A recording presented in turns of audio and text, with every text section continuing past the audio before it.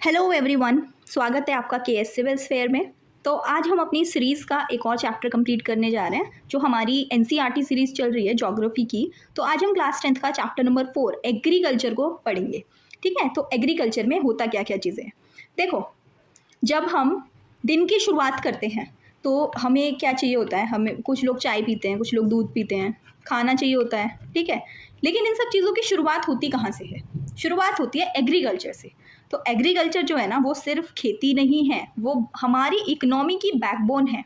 तो इसी चैप्टर से हम पढ़ेंगे कि स्कूल एग्जाम्स के साथ साथ जो आपके कॉम्पिटिटिव लेवल एग्जाम्स होते हैं, जैसे टीचिंग एग्जाम है, एसएससी, पीसीएस, यूपीएससी, उस सब चीज़ों को हम कैसे एक एग्रीकल्चर से कैसे लिंक कर सकते हैं, उनके क्वेश्चंस को कैसे अटेम्प्ट कर सकते हैं। ठीक है, तो हम इस चैप्टर को सिर्फ याद नहीं करेंगे बल्कि अच्छे से समझेंगे क्या क्या कंसेप्ट हैं जो आपको स्कूल लेवल से लेकर के यूपीएससी एग्जाम तक आपकी हेल्प करेंगे। तो चलिए शुरू करते हैं। सबसे पहला देखते हैं हम एग्रीकल्चर। ठीक है, जब हम एग्रीकल्चर शब्द सुनते हैं तो हमारे दिमाग में सबसे पहले क्या आता है? हमारे दिमाग में आता है कि एक खेत है।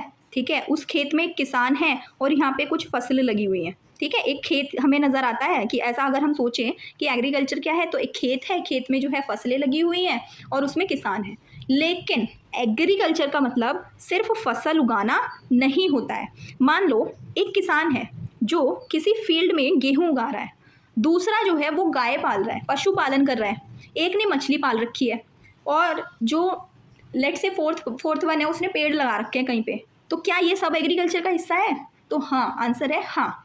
ठीक है, अगर आप खेती करते हो वो भी एग्रीकल्चर में आएगा। अगर आप पशुपालन करते हो, एनिमल डोमेस्टिकेशन की अगर आप बात करते हो, ठीक है, एनिमल डोमेस्टिकेशन अगर आपका है वो भी आपका एग्रीकल्चर है। अगर आप मछली पालन कर रहे हो वो भी एग्रीकल्चर है। और अगर आप प्लांटेशन कर रहे हो, ठीक है, पेड़ लगा रहे हो, प्लांटेशन कर रहे हो, तो वो भी एग्रीकल्चर का हिस्सा है।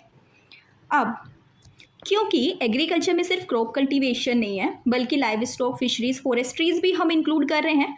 तो यानी प्रकृति से जो फूड है और रॉ मटेरियल है उसको ऑब्टेन करने वाली जितनी भी एक्टिविटीज़ होती हैं वो सब एग्रीकल्चर का हिस्सा होती हैं। क्या क्या होती है? What ever activities included about the obtaining of food, raw material from the nature, nature से रॉ मटेरियल और फूड लेने वाली जितनी भी एक्टिविटीज़ हैं वो सारी की सारी एग्रीकल्चर का एक हिस्सा होती हैं। अब अगर हम इंडिया की बात करें तो इंडिया में agriculture is the backbone of Indian economy. Indian economy की बैकबोन है एग्रीकल्चर। ऐसा क्यों है? इंडिया को कंट्री ऑफ एग्रीकल्चर क्यों कहते हैं? इंडिया को एग्रीकल्चरल कंट्री कहते हैं और एग्रीकल्चर हमारी बैकबोन भी है इंडियन इकोनॉमी की। ऐसा क्यों है? एग्रीकल्चरल कंट्री क्यों है इंडिया? ठीक है, देखो, most important fact is that more than 50% or you can say around 60% of the India's population depend upon agriculture। एक तो इंडिया की पॉपुलेशन इतनी ज़्यादा है और उसमें भी 50% से ज़्यादा, अराउंड 60% आपकी जो पॉपुलेशन है वो एग्रीकल्चर पे डिपेंड करती है। और अगर आप देखो तो इंडिया में कितनी सारी फसलें उगाई जाती है ना। क्वेश्चन उठता है कि भाई भारत में इतनी अलग अलग फसलें कैसे उग जाती हैं? इसका रीज़न है आपका डाइवर्सिटी। ठीक है, physical diversity. India has diverse physical features, climate and soil.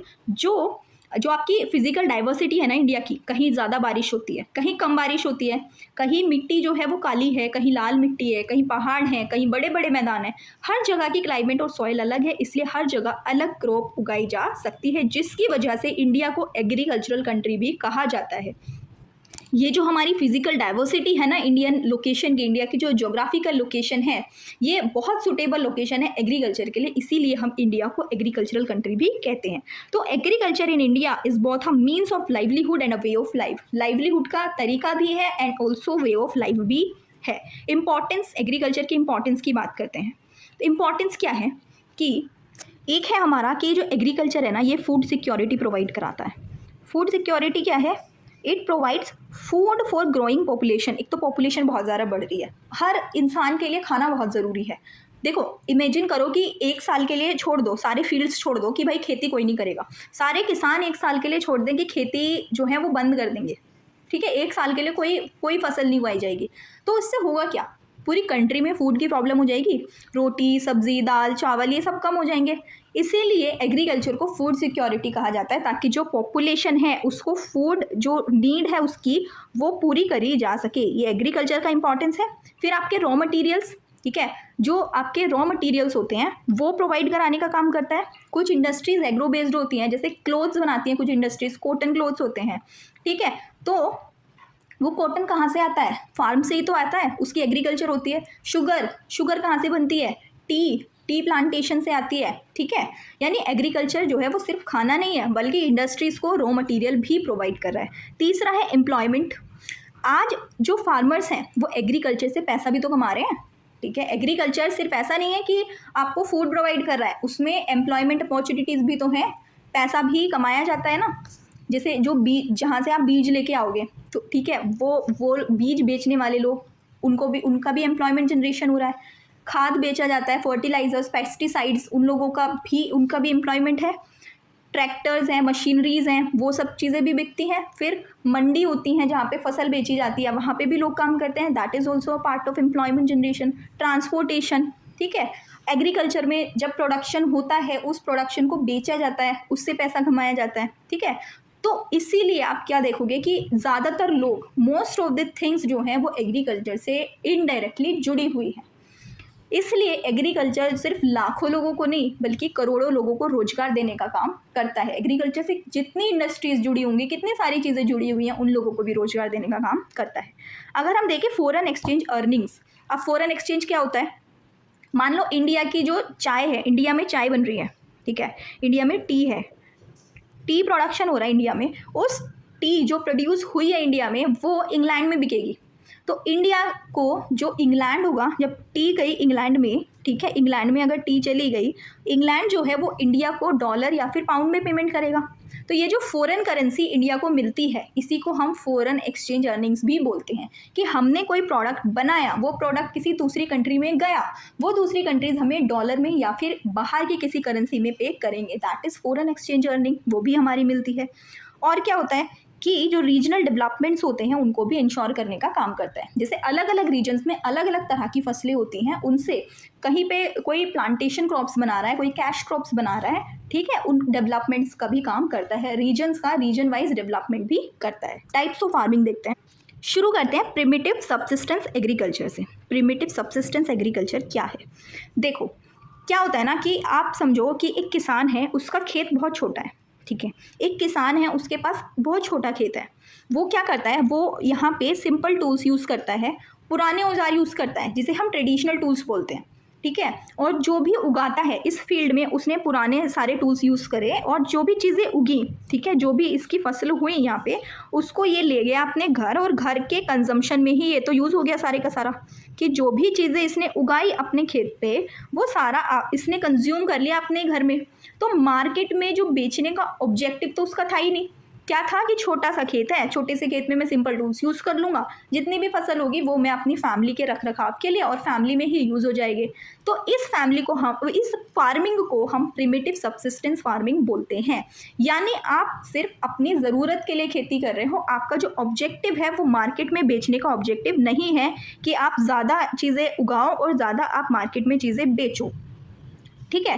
तो ये आपका प्रिमिटिव सबसिस्टेंस फार्मिंग होता है, जिसमें पुराने मेथड्स का यूज़ किया जाता है। फिर आता है intensive subsistence farming. Intensive subsistence farming क्या है कि इस फार्मर के पास भी ज़मीन कम है, ठीक है, इस फार्मर के पास भी ज़मीन कम है, लेकिन अब इसे क्या है ना, इसको ये है कि भाई जो मेरे पास ज़मीन है ना, चाहे मेरे पास कम है, लेकिन मुझे इसमें प्रोडक्शन ज़्यादा करना है, मुझे मेहनत करनी पड़ेगी, और इसमें कुछ ऐसी टेक्निक्स अपनानी पड़ेंगी, ऐसे टूल्स यूज़ करने पड़ेंगे जिसमें प्रोडक्शन ज़्यादा हो, जिससे मैं अपनी फैमिली की कंजम्पशन के साथ साथ उसमें जो एक्स्ट्रा चीज़ें निकली, जो प्रोडक्टिविटी ज़्यादा हुई, जो प्रोडक्शन हुआ, उसको बेच करके मैं पैसा भी कमा सकता हूँ, ठीक है। एक ही खेत में वो बार बार खेती करेगा, ठीक है। इसमें ऐसी टेक्निक्स, ऐसी जो है वो टूल्स यूज़ करेगा, जिससे प्रोडक्शन जो होगा वो सिर्फ कंजम्पशन नीड्स तक ही नहीं सीमित रहेगा, बल्कि आप उसे बेच करके कुछ पैसा भी कमा सकते हो। वो होती है आपकी इंटेंसिव सबसिस्टेंस फार्मिंग। उसके बाद आपकी कॉमर्शियल फार्मिंग होती है। कॉमर्शियल फार्मिंग क्या होती है कि आपका पर्पज़ ही होता है आप जो है वो प्रॉफिट कमाना, ठीक है। इसका जो ऑब्जेक्टिव होता है कॉमर्शियल फार्मिंग का, वो ऑब्जेक्टिव होता है आपका प्रॉफिट कमाना, ना कि घर चलाना। आपको घर नहीं चलाना, इसमें तो आपको सिर्फ घर चलाना था, इसमें आपको घर चलाना है, आपको इकोनॉमी भी थोड़ी सी जनरेट करनी है ताकि आपका खर्चा चले, आपका इनपुट है वो चीज़ निकले। कॉमर्शियल फार्मिंग में आपका ऑब्जेक्टिव घर चलाना है ही नहीं, आपको तो प्रॉफिट कमाना है। इसमें आपके पास ट्रैक्टर्स, मशीनरी, HYB सीड्स, ये सब चीज़ें यूज़ करी जाती है जिसका एम है आपका प्रॉफिट। प्लांटेशन फार्मिंग हो जाती है। अब प्लांटेशन फार्मिंग क्या है? प्लांटेशन फार्मिंग ये है कि जब एक बहुत बड़े एरिया में आप एक ही क्रॉप उगाते हो, उसे आप प्लांटेशन फार्मिंग कह रहे हो। जैसे पूरा एक पहाड़ है, ठीक है, पहाड़ पे सिर्फ टी ही टी है। केरला की अगर आप बात करो ना, वहाँ पे रबर ही रबर आपको देखने के लिए मिलेगी। कर्नाटक में कॉफ़ी ही कॉफ़ी आपको देखने के लिए मिलेगी। तो जब एक बहुत बड़े एरिया में सिर्फ एक ही क्रॉप आप उगा रहे हो, दैट इज़ प्लांटेशन फार्मिंग। हमारे मॉनसून सीजन्स, हम क्रॉपिंग सीजन्स देखते हैं क्या है। क्रॉपिंग सीजन्स क्या होते हैं इंडिया में? एक आपका खरीफ सीजन होता है, एक राबी और एक जायद, ठीक है। खरीफ क्रॉप कौन सा होता है? देखो, खरीफ में क्या होता है कि जब मानसून आता है, बारिश शुरू हो जाती है। मानसून आया आपका जून जुलाई, ठीक है, आपका मानसून आया, बारिश शुरू हो गई, उस टाइम पे जो आपकी फसल उगाई जाएंगी दैट इज़ खरीफ क्रॉप्स, ठीक है। जैसे कि आप राइस को देखो तो उसमें क्या होता है कि राइस को लगाया जाता है जब आपका बरसात होती है, जब बारिश बहुत ज़्यादा होती है, ठीक है, मानसून आता है। इसीलिए खरीफ क्रॉप को ना मानसून क्रॉप भी आप बोलते हो। इसमें आप जो बोते हो ना उसको सितंबर के अराउंड, ठीक है, हार्वेस्टिंग आपको जून से सितंबर आपकी सोइंग हो रही है, जून से सितंबर आप बोने का काम कर रहे हो फसल को, और सितंबर अक्टूबर में आप उसकी कटिंग करते हो, ठीक है। वो आपकी होती है आपकी खरीफ क्रॉप्स की, जब मानसून सीजन आता है तब। राबी क्रॉप्स होती हैं जो विंटर में लगाई जाती हैं, कि अब बारिश खत्म हो गई, अब ठंड शुरू हो गई है, उस टाइम पे लगाई जाती हैं जो क्रॉप्स, वो होती हैं आपकी राबी क्रॉप्स। इसका एग्जाम्पल आपके वीट हैं, बार्ले, ग्राम, मस्टर्ड, पीज, लिनसीड। खरीफ क्रॉप में आपके पास राइस, मेज, ज्वार, बाजरा, कॉटन, सोयाबीन, ये सब आते हैं। जायद क्रॉप्स कौन सी होती हैं? राबी और खरीफ के बीच जो समर का टाइम होता है। देखो, खरीफ क्रॉप्स आपने देख ली ना, जून से अक्टूबर का टाइम देख लिया, अक्टूबर से अप्रैल का टाइम देख लिया राबी, लेकिन अप्रैल से जून का टाइम भी तो बचा, जून जुलाई भी तो बचा। उस टाइम पे जो फसल आती है वो जायद क्रॉप्स आती है, जिसमें जो फार्मर्स होते हैं वो छोटे छोटे जो छोटी ड्यूरेशंस वाली क्रॉप्स होती है उनको उगाते हैं। जैसे कुकम्बर हो गया आपका, मस्क मेलन है, वाटर मेलन है, ये सब चीज़ें। अब ना एक क्वेश्चन उठता है कि अगर किसान है, किसान के पास सिर्फ ज़मीन है और बाकी कुछ भी नहीं है, तो क्या वो खेती कर पाएगा? नहीं कर पाएगा। खेती के लिए सिर्फ ज़मीन काफ़ी नहीं है, आपको एग्रीकल्चर को सक्सेसफुल बनाने के लिए बहुत सारे इनपुट्स भी चाहिए होते हैं।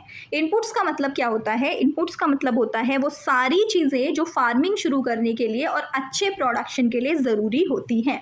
जैसे कि पहला आता है आपका लैंड, ठीक है। इनपुट्स क्या है? आपको लैंड चाहिए, ज़मीन चाहिए, लेबर चाहिए, कैपिटल चाहिए, इरिगेशन चाहिए। ये बेसिक इनपुट्स होते हैं जो आपको खेती करने के लिए चाहिए। सबसे पहला है लैंड। सोचो, ज़मीन ही नहीं होगी तो खेती कहाँ होगी? तो ज़मीन होना काफ़ी नहीं है, लेकिन ज़मीन उपजाऊ भी तो होनी चाहिए। खेती ऐसी होनी चाहिए ना जहाँ पे फसल उग सके।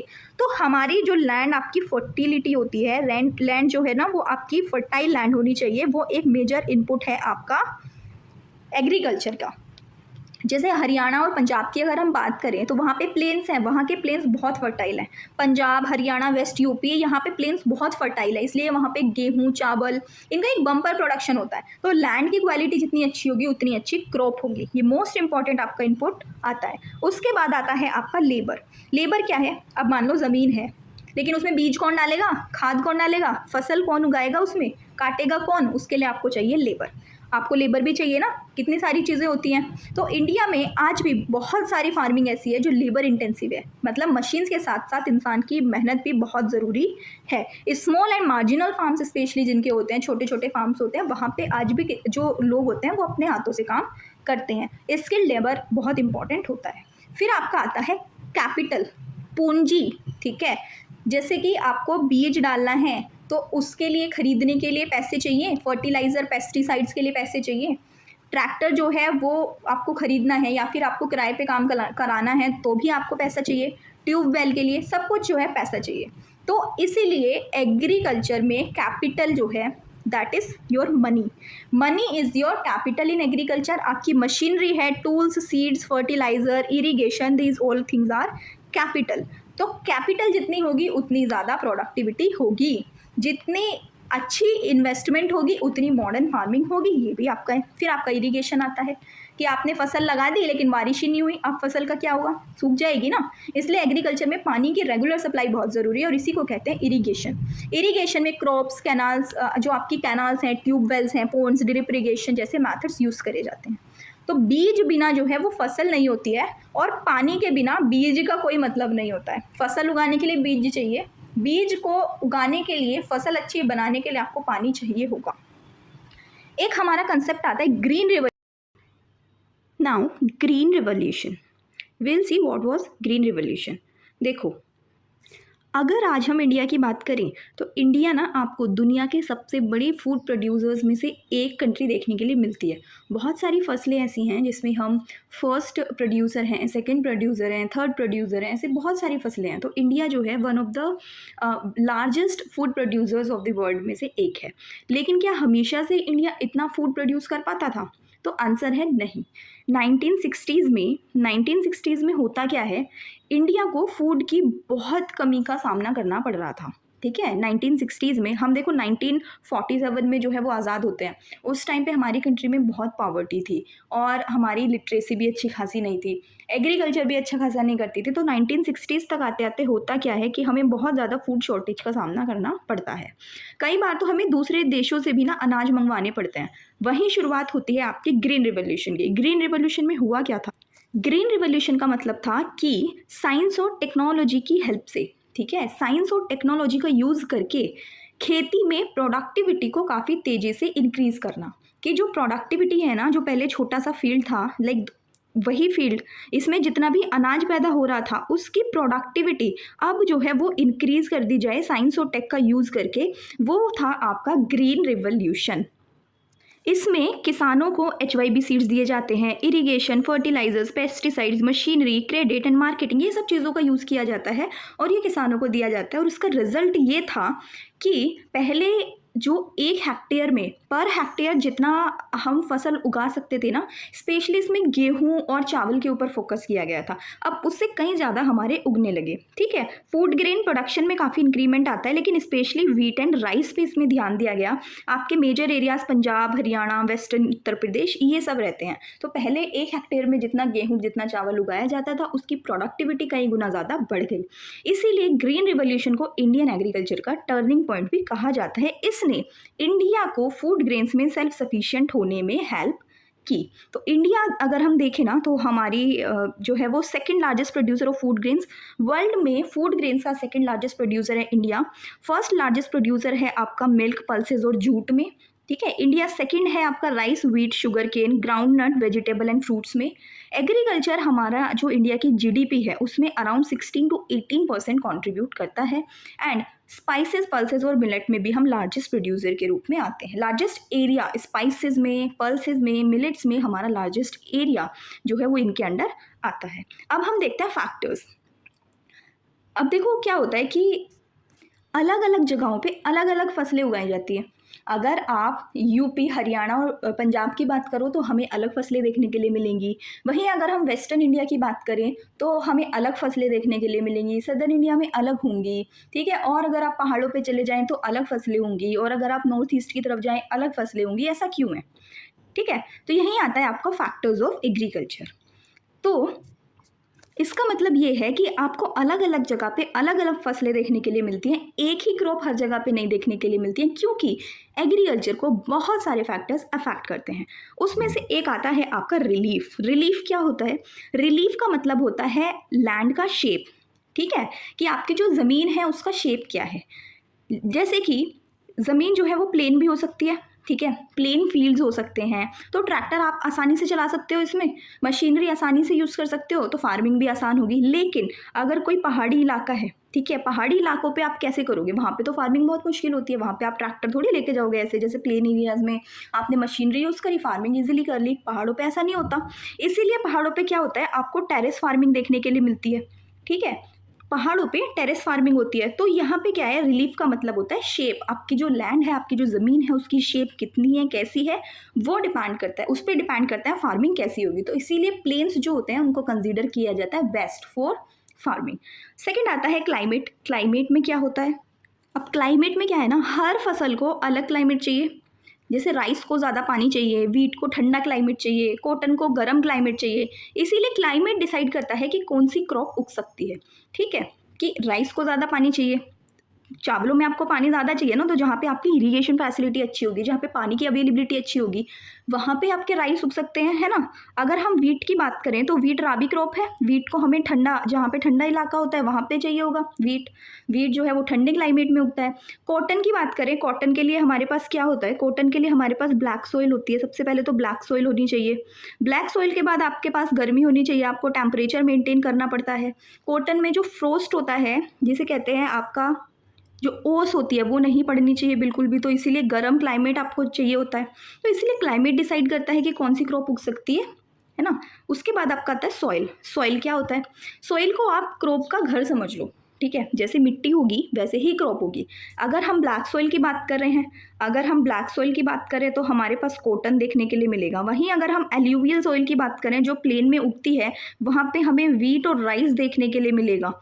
ठीक है, तो हर जो क्रॉप होती है ना, उसके लिए एक सॉइल टाइप चाहिए होता है जो बहुत इंपॉर्टेंट होता है हमारा। तो हमने 3 चीज़ें देखी, एक तो रिलीफ हो गया, रिलीफ में हो गया कि लैंड की शेप क्या होगी, क्लाइमेट हो गया आपका कि क्या टेम्परेचर, रेनफॉल, ह्यूमिडिटी, सनलाइट, ये सब चीज़ें हमें कैसा क्लाइमेट चाहिए।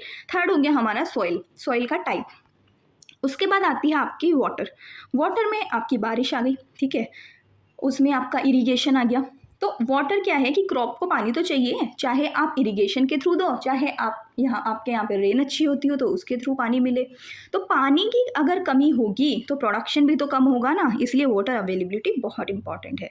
नेक्स्ट आपका टेक्नोलॉजी आता है। आज का जो फार्मर होता है वो सिर्फ हल से तो काम नहीं कर रहा है। जो ट्रेडिशनल मेथड्स होते हैं, ट्रैक्टर यूज़ करते हो, ड्रोन से स्प्रे भी किया जा रहा है, मॉडर्न मशीनरी यूज़ करी जाती है। तो टेक्नोलॉजी से टाइम भी बचता है और हमारा प्रोडक्शन भी बढ़ता है। तो टेक्नोलॉजी जो है वो भी इंपॉर्टेंट रोल प्ले करती है।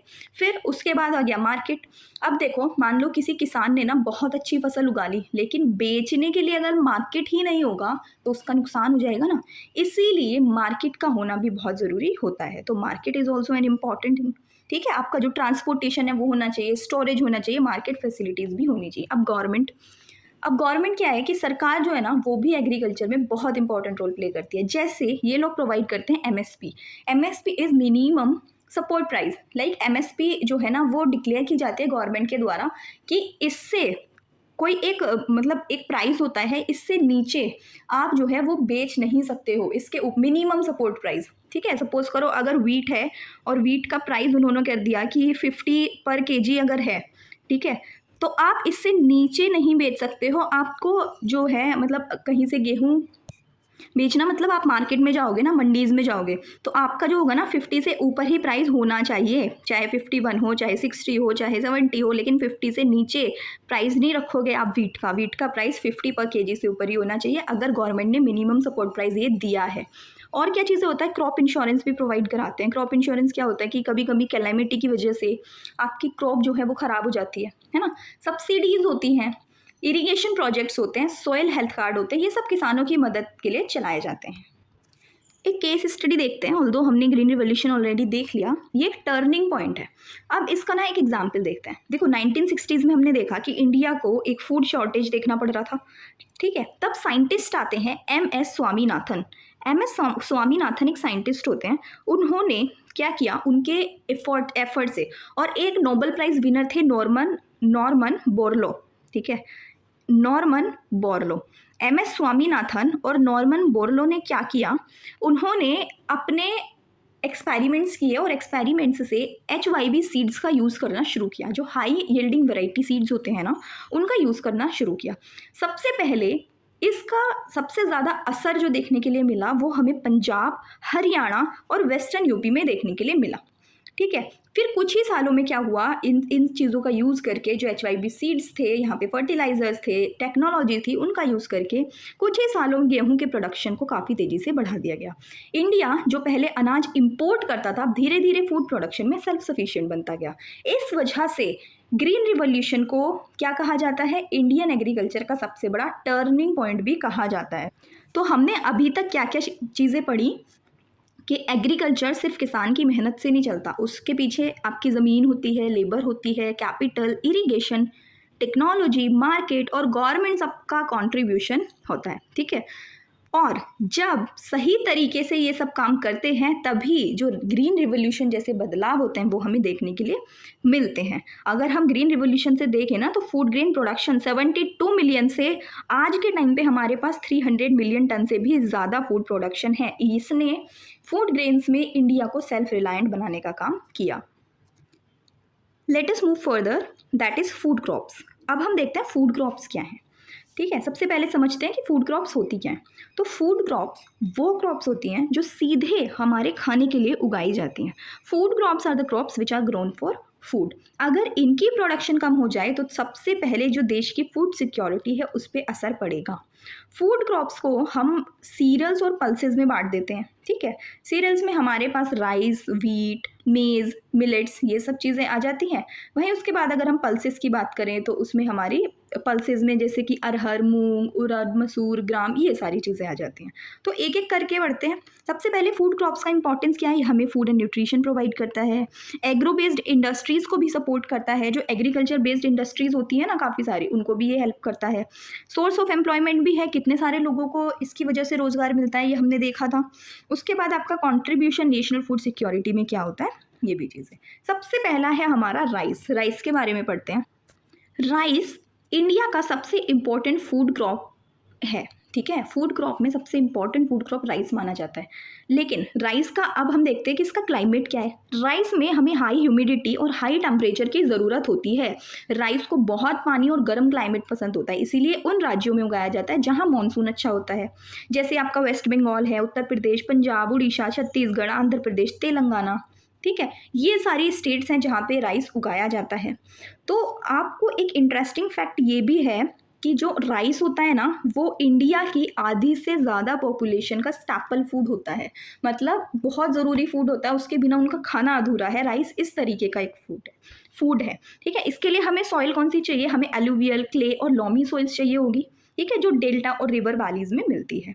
उसके बाद हमारा आता है वीट। राइस के बाद आता है वीट। सबसे इंपॉर्टेंट हमारा राइस हो गया, आधी से ज़्यादा पॉपुलेशन राइस के ऊपर डिपेंड करती है। उसके बाद हमारा वीट आता है। वीट में जैसे राइस में क्या था ना, राइस में आपको गर्म क्लाइमेट चाहिए, आपको पानी बहुत ज़्यादा चाहिए। वीट में आपको मॉडरेट टेम्परेचर, थोड़ा ठंडे की तरफ चाहिए होगा, इसीलिए ये राबी सीजन में उगाया जाता है। इसका जो प्रोडक्शन है वो सबसे ज़्यादा कहाँ है, उत्तर प्रदेश, पंजाब, हरियाणा, मध्य प्रदेश, राजस्थान, बिहार एंड गुजरात। यहीं देखें अगर हम तो उत्तर प्रदेश, पंजाब, ठीक है, ये राइस में भी आ रहा है और ये वीट में भी आ रहा है। फिर इसका जो यूज़ है हम आटे के रूप में भी करते हैं और जो आपकी सूजी होती है उसमें भी यूज़ किया जाता है। आपका जो एनिमल फीड होता है उसमें भी यूज़ किया जाता है वीट का। वीट के लिए भी हमें सॉइल कौन सी चाहिए, वेल ड्रेन्ड एलुवियल सॉइल चाहिए, लोमी और क्ले सॉइल चाहिए होगी। फिर आता है हमारा मेज़। अब मेज़ क्या है, देखो ग्रीन रिवॉल्यूशन में राइस और वीट को बहुत ज़्यादा फ़ायदा मिला, ये याद रखना। अब हमारा मेज़ आता है, तो मेज़ को सिर्फ हम भुट्टा समझते हैं, लेकिन मेज़ का यूज़ सिर्फ खाने में नहीं होता है।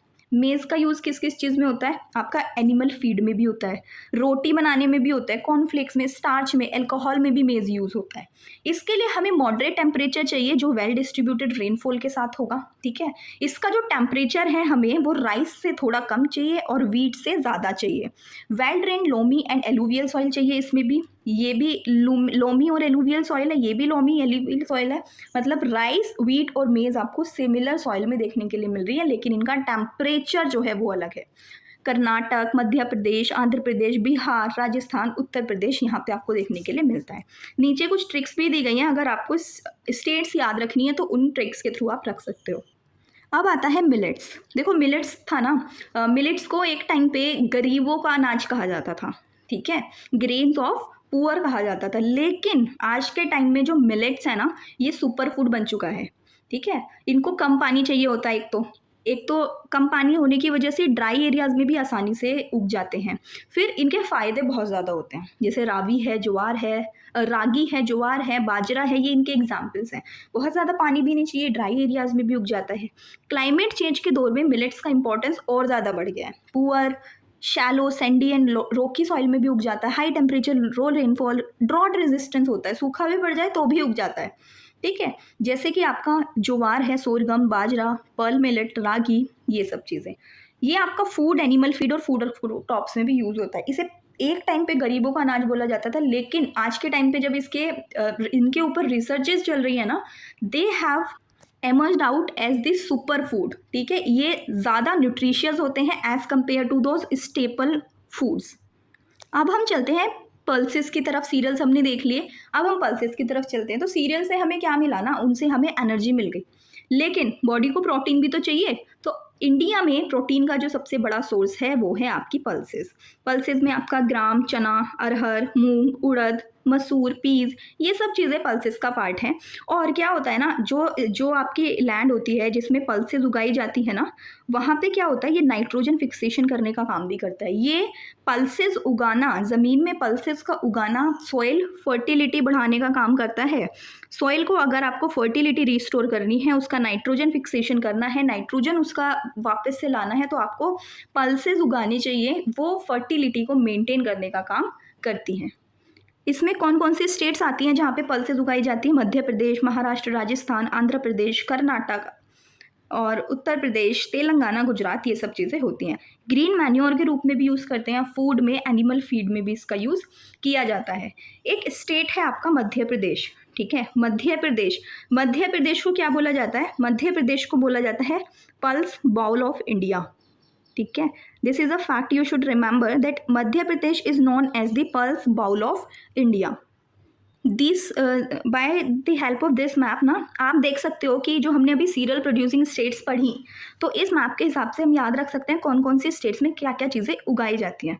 अगर आप देखो वीट, वीट ऑरेंज कलर का आ गया, पंजाब, हरियाणा, उत्तर प्रदेश, मध्य प्रदेश, आंध्र प्रदेश, ठीक है? यहाँ पे आपको वीट प्रोड्यूसिंग स्टेट्स देखने के लिए मिलेंगी। वहीं मेज़ में उड़ीसा आ गया आपका, झारखंड है आपका, ठीक है? राजस्थान है। दीज आर द स्टेट्स जहाँ पे मेज़ पाई जाती है। राइस में बिहार है, उत्तर प्रदेश में आपके राइस भी आते हैं, पंजाब में राइस भी आता है, वेस्ट बंगाल, छत्तीसगढ़, ये आपके राइस प्रोड्यूसिंग स्टेट्स होते हैं। अब एक केस स्टडी देखते हैं फूड सिक्योरिटी। देखो, इंडिया फूड ग्रेन्स में सेल्फ सफिशिएंट है ग्रेन रेवोल्यूशन की वजह से। इरिगेशन में इंक्रीमेंट हुआ, आपका HYB सीड्स में यूज़ हुआ, fertilizers, modern technology, but still एक रीजनल इम्बैलेंस है प्रोडक्शन और अवेलेबिलिटी में। एग्जाम्पल्स, राइस जो है वेस्ट बंगाल में अच्छे खासे होते हैं, लेकिन राजस्थान में कमी होती है। वीट जो है वो पंजाब में सरप्लस है, लेकिन ईस्टर्न इंडिया में कमी है, ठीक है? वीट यहाँ पे सरप्लस है, लेकिन ईस्टर्न इंडिया में उसकी कमी है। वैसे ही वेस्ट बंगाल में आपका राइस अच्छा खासा होता है, लेकिन राजस्थान में कमी होती है। ऐसे ही आपका जो पल्सेस प्रोडक्शन है वो लेस देन डिमांड है, सो इंडिया इंपॉर्टेंट पल्सेस। देखो, इंडिया सबसे बड़ा प्रोड्यूसर है पूरे वर्ल्ड में पल्सेस का, लेकिन इंडिया में जो डिमांड है ना पल्सेस की, जो दालों की डिमांड इंडिया में है, हम फिर भी उतना प्रोड्यूस नहीं कर पाते। सबसे ज़्यादा प्रोडक्शन होने के बाद भी हमें पल्सेस को इम्पोर्ट करना पड़ता है। तो पल्सेस का प्रोडक्शन कंपैरेटिवली सबसे ज़्यादा है, लेकिन अपने कंट्री की डिमांड के हिसाब से अभी भी कम है, इसीलिए हमें इंपोर्ट करना पड़ता है। तो India is the largest producer as well as the importer of pulses. You should remember this fact. India में वेजिटेरियन पॉपुलेशन बहुत ज़्यादा है ना, तो वेजिटेरियन पॉपुलेशन में प्रोटीन की डिमांड जो है उसको कंप्लीट करने का काम करती हैं आपकी पल्सेस। इसलिए गवर्नमेंट क्या करती है ना, नेशनल फूड सिक्योरिटी मिशन के through, national food security mission के थ्रू पल्सेस प्रोडक्शन को बढ़ाने की कोशिश कर रही है। ये भी फूड सिक्योरिटी का काफ़ी इंपॉर्टेंट हिस्सा है। कुछ फैक्ट्स हैं, जैसे कि राइस को स्टेपल फूड कहा जाता है for more than half of India's population. Wheat एक मोस्ट इंपॉर्टेंट सीरियल क्रॉप है इंडिया में। India is the large producer of millet in the world. Millets का सबसे लार्जेस्ट प्रोड्यूसर इंडिया है। ऑल्सो जो प्रोटीन होता है it is known as poor man's meat. Poor man's meat क्या होता है? प्रोटीन होता है, मतलब गरीबों का जो मीट होता है वो आपके पल्सेज होंगी। क्यों? क्योंकि जो लोग नॉन वेजिटेरियन होते हैं, नॉन वेजिटेरियन पीपल जो होते हैं, वो अपना जो प्रोटीन इंटेक होता है वो मीट के थ्रू, ठीक है, मीट के थ्रू वो अपना प्रोटीन इंटेक कंप्लीट करते हैं। लेकिन अगर कोई गरीब है, अगर कोई वेजिटेरियन है, ठीक है, वो लोग तो मीट नहीं खा सकते, वो लोग तो वो चीज़ें अफोर्ड नहीं कर सकते, कुछ लोग खाते नहीं हैं, तो उनके लिए प्रोटीन इंटेक को पूरा करने का काम करता है आपका पल्सेस। हम पल्सेस को इंपोर्ट करते हैं कनाडा से, ऑस्ट्रेलिया से, म्यांमार से और अफ्रीका से। इंडिया राइस का सेकेंड लार्जेस्ट प्रोड्यूसर है, वीट का सेकेंड लार्जेस्ट प्रोड्यूसर है, मिलेट्स का फर्स्ट लार्जेस्ट प्रोड्यूसर है और पल्सेस का भी लार्जेस्ट प्रोड्यूसर है। इंडिया पल्सेस में सफिशिएंट नहीं है, हम दूसरी कंट्री से पल्सेस को इंपोर्ट करने का काम करते हैं। राइस में क्या होता है ना, राइस में हम कभी फर्स्ट पे पहुंच जाते हैं, कभी सेकंड पे पहुंच जाते हैं, वो फ्लक्चुएट करता रहता है। कभी हम फर्स्ट लार्जेस्ट प्रोड्यूसर हो जाते हैं, कभी हम सेकंड लार्जेस्ट प्रोड्यूसर हो जाते हैं। फूड क्रॉप्स जो हैं वो डायरेक्ट ह्यूमन कंजम्पशन के लिए उगाई जाने वाली क्रॉप्स हैं। राइस, व्हीट, मिलेट्स जो हैं वो सीरियल्स में आ जाते हैं। Pulses rich source of protein होती है। क्रॉप प्रोडक्शन डिपेंड करता है क्लाइमेट, सॉइल, रेनफॉल, इरीगेशन पे, और ग्रीन रिवॉल्यूशन की वजह से production of grains, food grains का प्रोडक्शन इंडिया में इंक्रीज होता है। और स्टिल इंडिया में रीजनल इम्बैलेंस होने की वजह से, प्रोडक्टिविटी कुछ एरियाज में कम होने की वजह से और फूड स्टेज होने की वजह से हमारे पास प्रॉब्लम हमें फेस करनी पड़ती है फूड सिक्योरिटी। अभी तक हमने फूड क्रॉप्स पढ़ी, अब हम मूव करते हैं कैश क्रॉप्स पे। तो कैश क्रॉप्स क्या है? कैश क्रॉप्स वो होती हैं जो ज़्यादातर मार्केट में बेचने और इनकम कमाने के लिए उगाई जाती हैं, ठीक है, for the commercial purposes and sold in the markets. जो पैसा कमाने के पर्पज से उगाई जाती है वो होती है कैश क्रॉप्स। इसमें क्या होता है? सबसे पहला आता है शुगर केन। इससे पहले हम इंपॉर्टेंस देखते हैं, तो ये फॉरेन एक्सचेंज कमाने के काम आती है कि हम पैसा कमाने के लिए उगा रहे हैं ना, तो हम दूसरी कंट्रीज़ में भी भेजते हैं। अब जब दूसरी कंट्रीज़ उनको खरीदेंगी तो वो हमें डॉलर्स में या फिर फॉरेन करेंसी में पे करेंगी, तो फॉरेन एक्सचेंज कंट्री का बढ़ता है। फिर ये इंडस्ट्रीज़ को रॉ मटेरियल भी प्रोवाइड करती हैं, एम्प्लॉयमेंट अपॉर्चुनिटीज़ बढ़ाती हैं और ओवरऑल डेवलपमेंट ऑफ इकोनॉमी में हमारी हेल्प करती हैं। कौन कौन सी होती हैं देख। पहला है शुगर केन, गन्ना, ठीक है। इसमें क्या होता है ना, इंडिया दुनिया का सबसे बड़े शुगर केन प्रोड्यूसर्स में से एक कंट्री है। इससे शुगर, आपका जो गुड़ होता है, इथेनॉल होता है, इथेनॉल आज के टाइम में बहुत ज़्यादा न्यूज़ में भी रहता है, अल्कोहल इंडस्ट्री, ये सब चलती हैं। मेजर स्टेट्स अगर हम देखें, उत्तर प्रदेश, महाराष्ट्र, तमिलनाडु, आंध्र प्रदेश, गुजरात, बिहार, ठीक है, ये सब स्टेट्स आते हैं। इसमें हमें वेल डिस्ट्रीब्यूटेड रेनफॉल चाहिए होती है और हाई टेम्परेचर चाहिए होता है। टेम्परेचर भी हाई चाहिए और रेनफॉल अच्छी खासी चाहिए, ठीक है। इथेनॉल बनाने में, शुगर और गुड़ बनाने में ये हमारी हेल्प करता है, इसमें हमारा यूज़ होता है। India is the second largest producer of sugar cane in the world. World में सेकेंड लार्जेस्ट प्रोड्यूसर में इंडिया आता है in terms of sugar cane, ठीक है। अब हम कॉटन की बात करते हैं। कॉटन में हमें वार्म एंड मॉडरेट क्लाइमेट चाहिए होता है, जिसमें काफ़ी ब्राइट सनशाइन चाहिए, रेनफॉल हमें कम चाहिए। इसमें ब्लैक सॉइल बहुत इंपॉर्टेंट सॉइल होती है कॉटन के ग्रोथ के लिए, ठीक है। कॉटन को वाइट गोल्ड भी कहा जाता है, रिमेंबर दैट, वाइट गोल्ड कौन सा है? वाइट गोल्ड आपका कॉटन है। अगर हम पल्सेज में क्रॉप्स में देखें तो वाइट गोल्ड कहा जाता है कॉटन को। टेक्सटाइल इंडस्ट्री के लिए बहुत इंपॉर्टेंट होती है और इंडिया में कॉटन के लिए सबसे लार्जेस्ट एरिया आता है कॉटन कल्टीवेशन में पूरे वर्ल्ड में इंडिया के जितना कॉटन कल्टीवेशन में एरिया कहीं कवर नहीं होता जितना इंडिया में होता। तो कॉटन में क्या हुआ, वार्म एंड मॉडरेट टेम्परेचर चाहिए, हमें लेस रेनफॉल चाहिए, ब्लैक सॉइल सुटेबल होती है, गुजरात, महाराष्ट्र, तेलंगाना, आंध्र प्रदेश यहाँ पे पाई जाती है।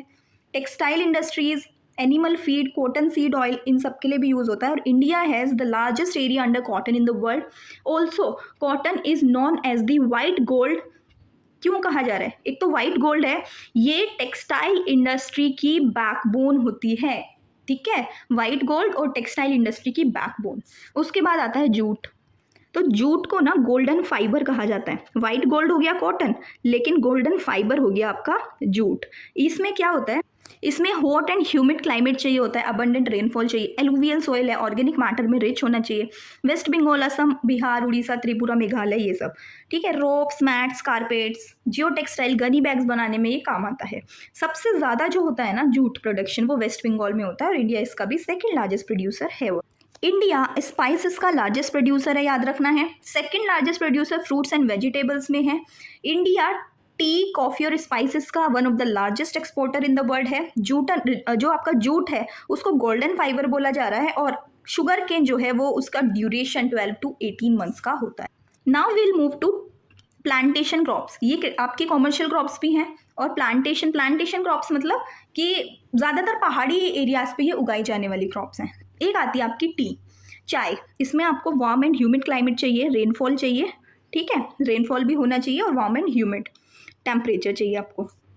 वेल ड्रेन्ड, एसिडिक और लोमी सॉइल की ज़रूरत होती है। Major states Assam, west Bengal, Tamil Nadu, Kerala, Karnataka. India जो है वो दुनिया के सबसे बड़े टी प्रोड्यूसर्स में से एक है। बेवरेज इसको बोला जाता है, टी एक्सट्रैक्ट मेडिसिनल यूज़ में भी आता है, ठीक है। उसके बाद आपका कॉफ़ी है। कॉफ़ी को क्या चाहिए? कॉफ़ी को हल्की छाया और ट्रॉपिकल क्लाइमेट पसंद है। मेजर स्टेट्स में कर्नाटक, केरला, तमिलनाडु आ जाते हैं, ठीक है। कर्नाटक, केरला, तमिलनाडु जो है वो मेजर स्टेट्स में आ जाते हैं। वहीं अगर हम चाय की बात करें तो हमारे पास नॉर्थ ईस्ट में असम आ जाता है, वेस्ट बंगाल आ जाता है, तमिलनाडु आ जाता है, केरला, कर्नाटक, ये चाय के प्रोड्यूसिंग स्टेट्स आते हैं।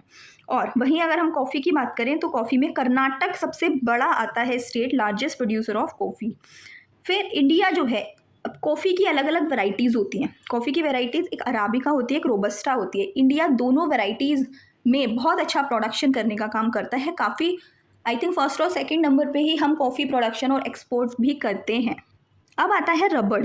रबड़ क्या है? रबड़ को हाई टेम्परेचर और हैवी रेनफॉल चाहिए। इसमें मेजर स्टेट्स केरला आता है। इसके अलावा तमिलनाडु और कर्नाटक, त्रिपुरा में भी आपको रबर प्रोडक्शन देखने के लिए मिलेगा। वेल ड्रेन्ड सॉइल चाहिए, डीप लॉमी सॉइल चाहिए। Automobile tyres, tubes, footwear, gloves, इन सब में यूज़ होता है। इंडिया जो है वो सेल्फ सफिशिएंट है नेचुरल रबर प्रोडक्शन। कॉफ़ी की अगर हम बात करें तो कॉफ़ी में इंडिया बहुत अच्छा प्रोडक्शन करता है, रोबस्टा और अराबिका कॉफ़ी दोनों में। लेकिन याद रखने वाली बात यह है कि जो कॉफ़ी होती है ना, वो इंडिया की इंडिजीनियस क्रॉप नहीं है। बाबा बूदन, ठीक है, बाबा बूदन नाम के एक इंसान के द्वारा कॉफ़ी को इंट्रोड्यूस कराया गया था। 17वीं सेंचुरी में यमन से वो कॉफ़ी लेके आते हैं और वो वहाँ पे उगाते हैं। बाबा बूदन करके पहाड़ियाँ भी हैं कर्नाटक में। कर्नाटक सबसे ज़्यादा कॉफ़ी प्रोडक्शन करता है और बाबा बूदन वहाँ पे हिल्स भी हैं, कॉफ़ी के लिए बहुत फेमस है। तो बाबा बूदन के द्वारा इंट्रोड्यूस किया गया था कॉफ़ी को 17वीं सेंचुरी में। देखो, जो टी होता है ना, टी जो है वो चाइना का इंडिजीनियस माना जाता है कि चाइना में वो चाइना में जो है ना वो वहाँ पे मिलता है, लेकिन भारत का नहीं माना जाता। लेकिन भारत में असम में एक जंगली प्रजाति होती है चाय की, ठीक है, असामिका उसको बोला जाता है, कैमिला असामिका ऐसे करके उसको बोला जाता है। तो वो असम में पाई जाती थी पहले से ही। लेकिन जो हम टी आज के टाइम पे देखते हैं, इसका इंट्रोडक्शन ब्रिटिशर्स ने कराया था। वो लोग अपना जो डिपेंडेंस थे चाइना के ऊपर कम करना चाहते थे, इसीलिए उन्होंने इंडिया में वो क्रॉप्स को इंट्रोड्यूस कराया। तो चाय का भी अगर हम देखें तो इंट्रोडक्शन जो है वो ब्रिटिशर्स के आने से होता है, ऐसा माना जाता है। ठीक है, मतलब आप ये बोल सकते हो कि जो टी कल्टीवेशन को बड़े पैमाने पर कराने का काम जो है वो ब्रिटिशर्स ने डेवलप किया था और कॉमर्शियल उन्होंने बनाया था। ऑल्दो जो जंगली प्रजाति होती हैं चाय की वो ऑलरेडी इंडिया में पाई जाती थी, लेकिन जो आज के टाइम में फसलें उगाई जा रही हैं चाय में, वो एक कॉमर्शियल लेवल पे कराने का काम ब्रिटिशर्स ने किया। इवन जो रबड़ होती है, नेचुरल रबर, ये अमेजन के जंगलों में पाई जाती है बहुत ज़्यादा। तो इसको भी इंट्रोड्यूस जो था ना वो ब्रिटिशर्स ने किया था। 19वीं सेंचुरी में ब्रिटिशर्स इसे साउथ ईस्ट एशिया और इंडिया लेके आए थे अमेजन के जंगलों से। ठीक है, केरला में ब्रिटिशर्स ने कॉमर्शियल रबर प्लांटेशन डेवलप किए। प्लांटेशन एग्रीकल्चर क्या है? जिसमें एक जो क्रॉप होती है वो बहुत बड़े एरिया पे उगाई जाती है। स्पेशली हम पहाड़ी रीजन्स में इनको देखने का काम करते हैं। लैंड को क्लियर करेंगे, प्लांटिंग करेंगे, ग्रो करेंगे, हार्वेस्ट करेंगे, प्रोसेस करके पैक करके उसे बेच देंगे। लार्ज स्केल फार्मिंग है, एक ही क्रॉप उगाई जाती है, मॉडर्न मेथड्स यूज करे जाते हैं, कैपिटल इंटेंसिव है और मेनली एक्सपोर्ट पर्पस के लिए उगाई जाती है। जैसे कोकोनट, बनाना, ऑयल पाम, कोका, आपका टी, कॉफी, रबड़, ये सब चीज़ें होती हैं। कैश क्रॉप्स को लेकर के अगर हम देखें केस स्टडी, तो कैश क्रॉप्स जैसे कि cotton, jute, tea, sugar cane, coffee, ये इंपॉर्टेंट रोल प्ले कर रहे हैं इंडिया इकोनॉमी में। रॉ मटेरियल प्रोवाइड करते हैं इंडस्ट्रीज में, फॉरेन एक्सचेंज अर्न करते हैं, जनरेट करते हैं एम्प्लॉयमेंट। बट इनका जो प्रोडक्शन होता है वो फेवरेबल क्लाइमेटिक कंडीशंस पे डिपेंड करता है। टी इंडस्ट्री असम में एम्प्लॉयमेंट प्रोवाइड कराता है lakhs of people and contribute significantly to India's export. Food crops क्या होती हैं? हमारी फूड नीड्स को सेटिस्फाई करने के लिए होती है। कैश क्रॉप्स जो है वो कमर्शियल पर्पस के लिए उगाई जाती है। प्लांटेशन जो है मोस्टली एक्सपोर्ट के लिए। डिफरेंट क्रॉप्स के लिए डिफरेंट क्लाइमेट और सॉइल चाहिए होती है। मॉडर्न टेक्नोलॉजी से प्रोडक्शन बढ़ाओ। सस्टेनेबल एग्रीकल्चर वो हमारे लिए बहुत ज़रूरी है। सस्टेनेबल एग्रीकल्चर ये है कि भाई एग्रीकल्चर में प्रोडक्शन बढ़ाने में कहीं हम एनवायरनमेंट को इतना नुकसान ना पहुंचा दे कि आगे आने वाले टाइम में हमें बहुत ज़्यादा नुकसान झेलना पड़े। तो सस्टेनेबल एग्रीकल्चर को इस तरीके से करना जिससे कि एनवायरनमेंटल बैलेंस, इकोलॉजिकल बैलेंस भी बना रहे, आगे आने वाली फ्यूचर जनरेशन को भी कोई खतरा ना हो। थोड़ा टेक्नोलॉजी का रोल देख लेते हैं, इंस्टीट्यूशनल रिफॉर्म्स का रोल देख लेते हैं। पहला आता है आपका high yielding variety seeds. HYP seeds का यूज़ करना, वीट, राइस, मेज, इंक्रीज्ड प्रोडक्शन। ठीक है, HYP सीड्स का अगर हम यूज़ कर रहे हैं तो प्रोडक्शन बढ़ाने में हमारा काम कर रहा है। ठीक है, फर्टिलाइजर और पेस्टिसाइड्स जो है वो सॉइल फर्टिलिटी बढ़ाता है और जो क्रॉप्स होती है उन पर कीड़े लग जाते हैं ना, उसको प्रोटेक्ट करने में हमारी हेल्प करता है। बैलेंस्ड यूज़ बहुत इंपॉर्टेंट है। ठीक है, इसका बैलेंस्ड यूज़ बहुत इंपॉर्टेंट है, अदरवाइज सॉइल को ये अनफर्टाइल भी कर देता है अगर इसका इम्बैलेंस यूज़ किया जाए तो। इरिगेशन क्या है? इरिगेशन वाटर एश्योर करता है, मल्टीपल क्रॉपिंग। ठीक है, इरिगेशन में तुम्हारा जो आपके canals, wells, tubewells, tanks, drip and sprinkler system होते हैं वो यूज़ होते हैं। फार्म मशीनरी और इक्विपमेंट में tractors, harvester, threshers, pump set ये टाइम को सेव करते हैं और प्रोडक्टिविटी इंक्रीज करते हैं। इंस्टीट्यूशनल रिफॉर्म्स की बात करें तो land reforms, cooperative, credit facilities, MSP, crop insurance ये सब होता है। कुछ प्रॉब्लम्स हैं इंडियन एग्रीकल्चर में, वो क्या है? सबसे पहला है इंडियन फार्मर्स जो हैं उनके पास जो फार्म है, जो लैंड होल्डिंग्स हैं वो काफ़ी स्मॉल और फ्रेगमेंटेड है, टुकड़ों में बटी हुई है। मॉनसून पे बहुत डिपेंड करता है, अनसर्टेन रेनफॉल है। इनएडिक्वेट irrigation facilities, traditional farming methods अभी भी जो है ना लो प्रोडक्टिविटी है क्योंकि पुराने मेथड्स अभी भी यूज़ करे जा रहे हैं। अब क्योंकि छोटे फील्ड्स हैं, छोटे फील्ड्स के लिए पुराने मेथड्स ही इंसान यूज़ करेगा ना, एकदम से अफोर्ड तो नहीं कर पाएगा। इरिगेशन फैसिलिटीज़ कम हो गई, रेनफॉल अगर आ गई तो ठीक है और कभी ज़्यादा आ गई तो उससे भी नुकसान हो जाता है। तो डिपेंडेंस जो है ना मानसून पे वो भी बहुत ज़्यादा, ये भी प्रॉब्लम है। फिर केमिकल्स का बहुत ज़्यादा यूज़ होता है जिससे सॉइल डिग्रेड होने लग जाती है। शॉर्टेज है आपकी ट्रांसपोर्ट की, मार्केटिंग फैसिलिटीज़ की और आपकी स्टोरेज की। हाई कॉस्ट ऑफ इनपुट, अगर इनपुट की बात करें खेती में वो तो बहुत ज़्यादा लगता है, लेकिन आउटपुट के प्राइसेस जो हैं वो बहुत कम आपको देखने के लिए मिलते हैं। फार्मर्स का इंडेटनेस, पुअर हार्वेस्ट लॉसेस, बहुत ज़्यादा लॉस होता है और मेनली क्लाइमेट की वजह से। क्लाइमेट चेंज का इफेक्ट और नेचुरल कैलामिटीज़ भी होती है। सस्टेनेबल एग्रीकल्चर में क्या क्या चीज़ें होती हैं? क्रॉप रोटेशन का यूज़ करते हो कि आपने पहले एक फसल लगाई, फिर कुछ महीनों बाद उसमें दूसरी फसल लगाई, ऐसे एक साल में 2 से 3 फसलें लगाई जाती हैं, क्रॉप रोटेशन। ठीक है, मिक्स्ड क्रॉपिंग करी जाती है, एक जैसी फसल नहीं लगाई जाती। ऑर्गेनिक फार्मिंग और बायो फर्टिलाइजर्स का यूज़ होता है, drip and sprinkler irrigation, conservation होता है सॉइल एंड वाटर का, agro forestry, integrated pest management और जो रिन्यूएबल एनर्जी है उनका यूज़ किया जाता है। सस्टेनेबल एग्रीकल्चर से लॉन्ग टर्म फूड सिक्योरिटी के साथ साथ आप इन्वायरमेंटल बैलेंस भी इंश्योर करते हो। कुछ गवर्नमेंट इनिशिएटिव है फूड सिक्योरिटी को लेकर के। पहला है एमएसपी, हमने देख लिया, एश्योर्ड प्राइस होता है जिससे कि प्राइस फॉल से फार्मर्स को बचाया जा सके, उससे कम पे फसल नहीं बेची जाएगी, उसके ऊपर ही बेची जाएगी। बफर स्टॉक क्या होता है? फूड सिक्योरिटी इंश्योर करने के लिए फूड ग्रेन्स स्टोर करके रखे जाते हैं गवर्नमेंट के द्वारा। पब्लिक डिस्ट्रीब्यूशन सिस्टम होता है जिसमें फूड ग्रेन सप्लाई करा जाता है। जो पुअर्स होते हैं ना, पब्लिक डिस्ट्रीब्यूशन सिस्टम में राशन जो बांटा जाता है, पुअर्स को एक सब्सिडाइज्ड रेट पे फूड ग्रेन सप्लाई किए जाते हैं। किसान क्रेडिट कार्ड क्या है? ईजी क्रेडिट्स दिया जाता है फार्मर्स को। क्रॉप इंश्योरेंस स्कीम जो है फाइनेंशियल सपोर्ट प्रोवाइड करती है क्रॉप फेलियर के टाइम पे। ई नाम एक ऑनलाइन प्लेटफॉर्म है जो बेटर प्राइस डिस्कवरी के लिए यूज़ किया जाता है। लैंड रिफॉर्म्स की अगर हम बात करें तो जब हम आज़ाद हुए थे ना उस टाइम पे लैंड रिफॉर्म्स भी इंट्रोड्यूस कराए गए थे और एक भूदान मूवमेंट भी चलाया गया था। तो लैंड रिफॉर्म्स का मतलब है कि जो ओनरशिप है ना लैंड्स की, कि किसी के पास बहुत ज़्यादा ज़मीन थी, किसी के पास कुछ भी नहीं हुआ करता था। उस टाइम पे ऐसा था ना, बहुत बड़े बड़े ज़मींदार थे जो सारी ज़मीन उनके पास हुआ करती थी। छोटे छोटे जो किसान होते थे वो उन ज़मींदारों की लैंड पर ही जा करके खेती करते थे। तो लैंड रिफॉर्म्स लाए गए कि उस इनइक्वालिटी को कम किया जाए, ज़मींदारी सिस्टम को ख़त्म किया जाए, कंसोलिडेशन किया जाए होल्डिंग्स का, सीलिंग ऑफ लैंड होल्डिंग्स, ये सब इंट्रोड्यूस कराई जाती हैं। एक मूवमेंट, भूदान मूवमेंट शुरू किया जाता है 1951 में विनोबा भावे के द्वारा।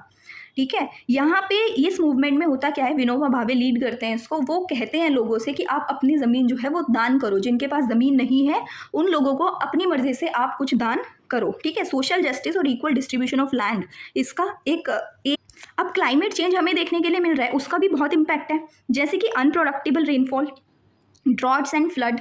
ठीक है, अनप्रेडिक्टेबल है रेनफॉल तो उससे कभी सूखा भी पड़ जाता है, कभी फ्लड भी आ जाते हैं। टेम्परेचर राइज होने की वजह से क्रॉप यील्ड काफ़ी इफेक्ट होती है। पेस्ट और डिजीजेस काफ़ी हैं। ग्लेशियर मेल्ट हो रहा है तो वाटर अवेलेबिलिटी जो है वो इफेक्ट हो सकती है।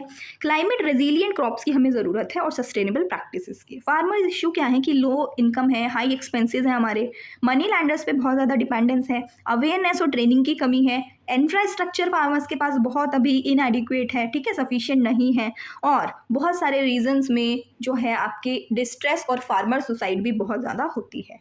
इंडिया से रिलेटेड कुछ फैक्ट्स। इंडिया का स्पाइसेस में सबसे बड़ा एरिया है, second largest producer of tea है, world's largest producer milk, pulses, spices है, सेकंड पे हमारा wheat, rice, sugar cane and fruits में है, और इंडिया जो है वो जूट में लार्जेस्ट एरिया आपका कवर होता है। कॉटन में भी लार्जेस्ट एरिया कवर होता है, जूट के केस में, सॉरी, कॉटन और जूट के केस में लार्जेस्ट एरिया कवर होता है इंडिया में। अगर हम एक ओवरव्यू देखें तो एग्रीकल्चर को हमने क्या क्या देखा, हमने टाइप्स ऑफ फार्मिंग्स देखी कि primitive, intensive, subsistence, commercial, plantation, ये फार्मिंग होती है। टेक्नोलॉजी का यूज़ देखा, ग्रीन रिवोल्यूशन का introduction, HYV seeds, fertilizer, irrigation, machinery, ठीक है। ये गवर्नमेंट इनिशिएटिव्स हमने देखे, MSP, buffer stock, public distribution system, Kisan credit card, crop insurance, e नाम।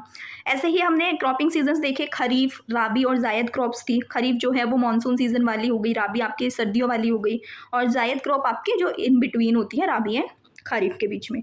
उसके बाद होता है आपका कैश क्रॉप्स, देख ली हमने कौन कौन सी होती हैं। फिर हमने इनपुट देखा क्या क्या चाहिए, land, labour, capital, technology, irrigation. Challenges भी हैं, अनसर्टेन रेनफॉल है, लो प्रोडक्टिविटी है, ट्रेडिशनल मेथड्स हैं, स्मॉल लैंड होल्डिंग्स हैं, कॉस्ट बहुत हाई है, इनपुट कॉस्ट बहुत हाई है, आउटपुट कॉस्ट बहुत कम है। ये मार्केटिंग इशूज़ भी देखने के लिए मिलते हैं। अगर हम एग्रीकल्चर को इंडिया में देखें तो it is a backbone of India, क्योंकि more than 50% and around 60% population जो है वो एग्रीकल्चर पे डिपेंड करती है। तो agriculture is the backbone of India. India में डिफरेंट क्लाइमेटिक और सॉइल कंडीशंस के हिसाब से बहुत सारी वेराइटीज़ ऑफ क्रॉप्स उगाई जाती हैं। फूड क्रॉप्स में हमारे पास फूड कैश क्रॉप्स जो हैं ये आती हैं, जिनकी वजह से हम मनी अर्न कर पाते हैं। Grain revolution food grain production increase करता है। मॉडर्न टेक्नोलॉजी और बैटन मैनेजमेंट जो है बहुत असेंशियल है।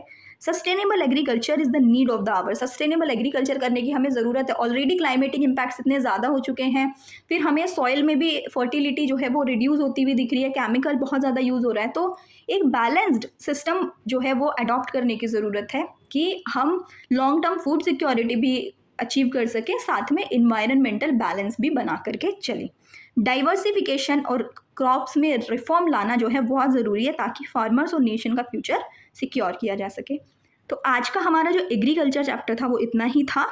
आई होप आपको समझ आया होगा, अच्छा लगा होगा, सारी चीज़ें cover up, I have tried to cover up all the things in this one chapter. सारे फैक्ट्स हमने इसमें कवर कर लिए हैं। मिलते हैं नेक्स्ट चैप्टर में, तब तक के लिए टेक केयर, थैंक यू।